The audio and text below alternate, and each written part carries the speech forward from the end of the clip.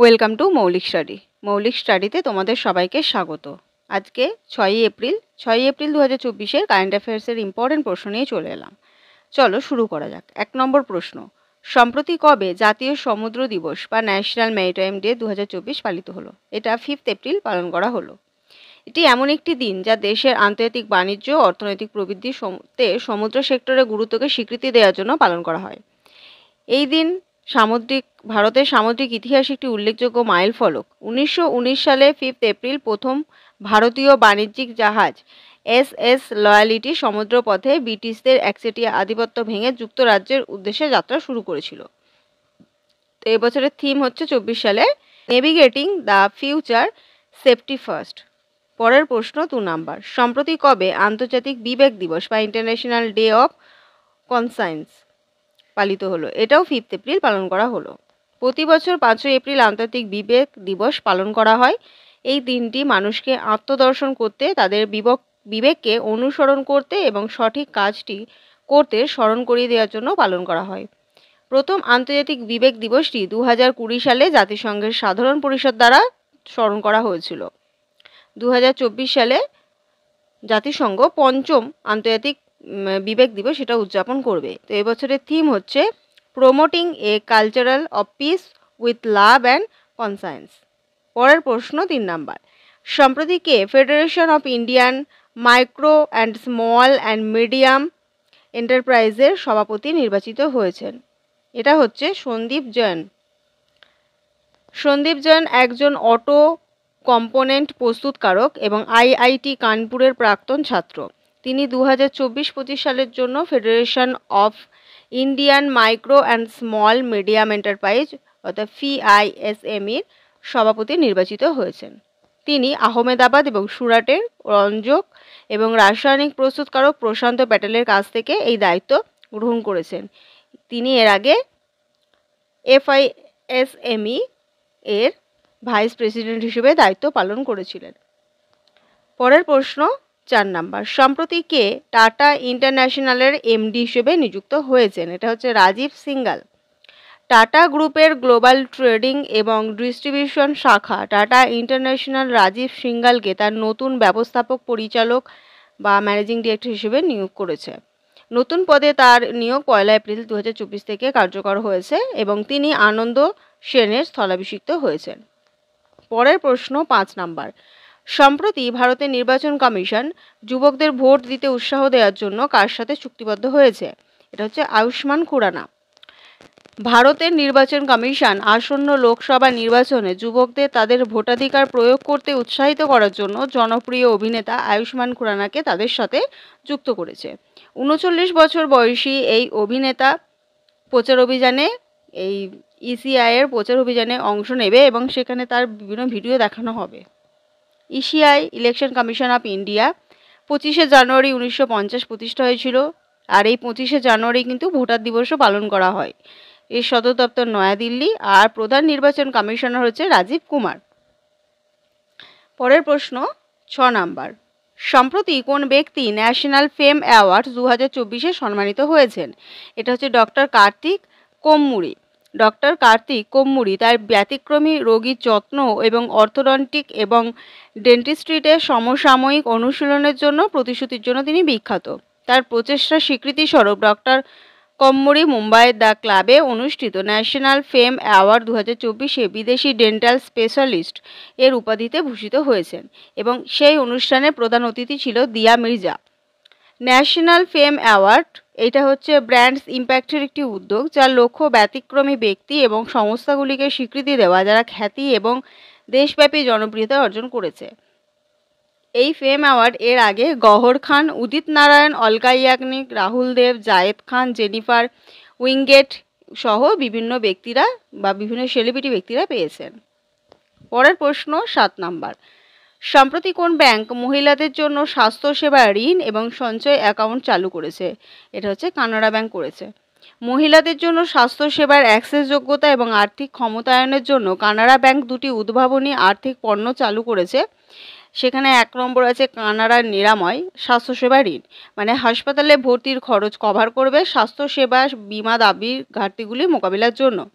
আর এখানে 2 নম্বর হচ্ছে কানাড়া অ্যাঞ্জেল, মহিলাদের জন্য সেভিংস অ্যাকাউন্ট।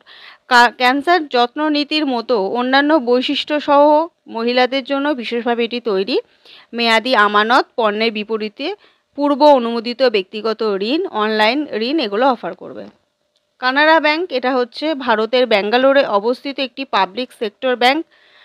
এখানে হচ্ছে তোমার এটা প্রতিষ্ঠা করেছিল আম্মেমল সুব্বা রাও পাই। 1906 সালে প্রতিষ্ঠা হয়েছিল এবং 1969 সালে জাতীয়করণ করা হয়েছিল এবং এর যে বাইরে যে অফিসগুলো আছে সেগুলো লন্ডন, দুবাই এবং নিউ ইয়র্ক। আর বর্তমানে সিইও হচ্ছে সত্যনারায়ণ রাজু। পরের প্রশ্ন 8 নাম্বার। সম্প্রতি the Reserve Bank of India মুদ্রানীতি এবং রেপো রেট কত করেছে? এটা হচ্ছে কোনো পরিবর্তনের হয়নি। RBI monetary policy committee policy rate অপরিবর্তিত রাখার জন্য 5:1 সংখ্যাগরিষ্ঠতার দ্বারা সিদ্ধান্ত নিয়েছে। গভর্নর শক্তিকান্ত দাস 5 এপ্রিল ঘোষণা করেছিলেন। এটা বলবেন তিনি যে মূল মুদ্রাস্ফীতি ক্রমাগতভাবে হ্রাস পেয়েছে দেখা যাচ্ছে। 2024-25 সালের প্রথম দ্বিমাসিক মুদ্রানীতি বলেছেন দ্য রিজার্ভ ব্যাঙ্ক অফ ইন্ডিয়ার গভর্নর MSF ও ব্যাংকের হার 6.75 যেটা ছিল সেটাই অব্যাহত রেখেছে এবং গভর্নর পলিসি রেট 6.5% এটাও অপরিবর্তিত রেখেছে। RBI reserve Bank of India এটা হচ্ছে ভারতের কেন্দ্রীয় ব্যাংক এবং ভারতীয় ব্যাংকিং ব্যবস্থার নিয়ন্ত্রণের জন্য দায়ী নিয়ন্ত্রক সংস্থা। ভারত সরকারের অর্থ মন্ত্রণালয়ের মালিকানাধীন এবং ভারতের রুপির নিয়ন্ত্রণ ইস্যু সরবরাহ বজায় করার জন্য এটা কাজ করে। প্রতিষ্ঠা হয়েছিল 1935 কলকাতা, সদর দপ্তর মুম্বাই, আর বর্তমানে গভর্নর হচ্ছে শক্তিকান্ত দাস, 25th গভর্নর। পরের প্রশ্ন 9 নাম্বার। সম্প্রতি ডিআরডিও পরীক্ষা কেন্দ্রের জন্য কোন রাজ্যে নতুন প্রকল্প শুরু করেছে? এটা হচ্ছে Paschimbanga. Defence research and development organisation পশ্চিমবঙ্গের জুনপুট গ্রামে একটি প্রকল্প শুরু করেছে যাতে দেশের অস্ত্র ব্যবহারের জন্য একটি পরীক্ষা কেন্দ্র স্থাপন করা যায়। এই উদ্যোগের লক্ষ্য হলো উড়িষ্যা চাঁদিপুর যেটা ইন্টিগ্রেটেড টেস্ট রেঞ্জ এর অতিরিক্ত পরিচালন এলাকা প্রদানের মাধ্যমে পরীক্ষামূলক কার্যক্রমের সম্পৃক্ততা মোকাবিলা করবে। ডিআরডিওর আশপাশে বিভিন্ন ব্যক্তিদের বিশেষ করে জেলে এবং কৃষকদের মঙ্গল এবং জীবিকা সংরক্ষণের জন্য তার প্রতিশ্রুতিকে জোরদার করেছে। এটি নিশ্চিত করার চেষ্টা যে পরীক্ষা এবং ট্রায়ালগুলি স্থানীয় বাসিন্দাদের দৈনন্দিন ক্রিয়াকলাপকে বাধাগ্রস্ত না করবে এবং তার ফলে এলাকায় শান্তি ও সম্প্রীতি বজায় রেখেই কাজটা তারা করবে। ডিআরডিও অর্থাৎ defence research and development organisation এটি হলো ভারত সরকারের প্রতিরক্ষা মন্ত্রকের ডিফেন্স রিসার্চ অ্যান্ড ডেভেলপমেন্ট বিভাগের অধীনস্থ একটি প্রধান সংস্থা। সদর দপ্তর হচ্ছে নয়াদিল্লি আর 1958 সালে এটি প্রতিষ্ঠা হয়েছিল। এজেন্সি এক্সিকিউটিভ হচ্ছে সমীর ভি কামাত। পশ্চিমবঙ্গ রাজধানী হচ্ছে কলকাতা, মুখ্যমন্ত্রী হচ্ছে মমতা ব্যানার্জি, রাজ্যপাল হচ্ছে CV Ananda Bose, national park হচ্ছে Sundarban national park, Buxa tiger reserve, Gorumara national park, Jaldapara national park, নেউরাহলি ন্যাশনাল পার্ক আর সিঙ্গলীলা ন্যাশনাল পার্ক। পরের প্রশ্ন এবং লাস্ট প্রশ্ন 10 নাম্বার। সম্প্রতি কোন দাবাড়ু ফাইড র্যাঙ্কিংয়ে ভারতের নাম্বার 1 দাবা খেলোয়াড় হয়েছে? তিনি হচ্ছেন অর্জুন এরিগাইশি। বিশ্ব দাবা নিয়ন্ত্রক সংস্থা দ্বারা প্রকাশিত সর্বশেষ ফাইড র্যাঙ্কিংয়ে ভারতের একজন নতুন নাম্বার 1 দাবাড়ু খেলোয়াড় অর্জুন এরিগাইশি তিনি হয়েছেন। 2756 স্ট্যান্ডার্ড রেটিং সহ তিনি বিশ্বের 9তম স্থানে আছে। বিশ্বে 9তম কিন্তু ভারতের 1 নম্বর। এরিগাইশির পরেই রয়েছেন 5 বারের বিশ্ব চ্যাম্পিয়ন বিশ্বনাথ আনন্দ।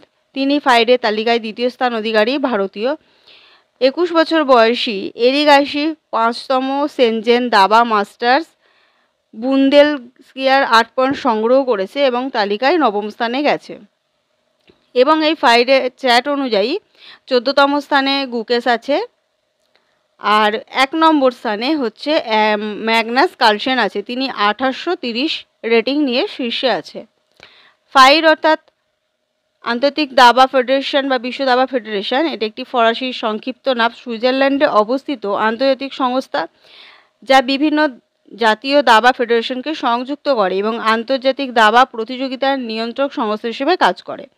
বর্তমানে এর প্রেসিডেন্ট হচ্ছে আরকাদি ডভরকোভিচ। সদর দপ্তর লুসান, সুইজারল্যান্ড। এটা তৈরি হয়েছিল 1924 সালে। তো এই ছিল আজকের সমস্ত ডিটেলস। ভিডিওটা ভালো লাগলে লাইক করো, বন্ধুদের সাথে শেয়ার করো এবং চ্যানেলে নতুন হলে অবশ্যই চ্যানেলটি সাবস্ক্রাইব করো। আজকে এতটুকুই।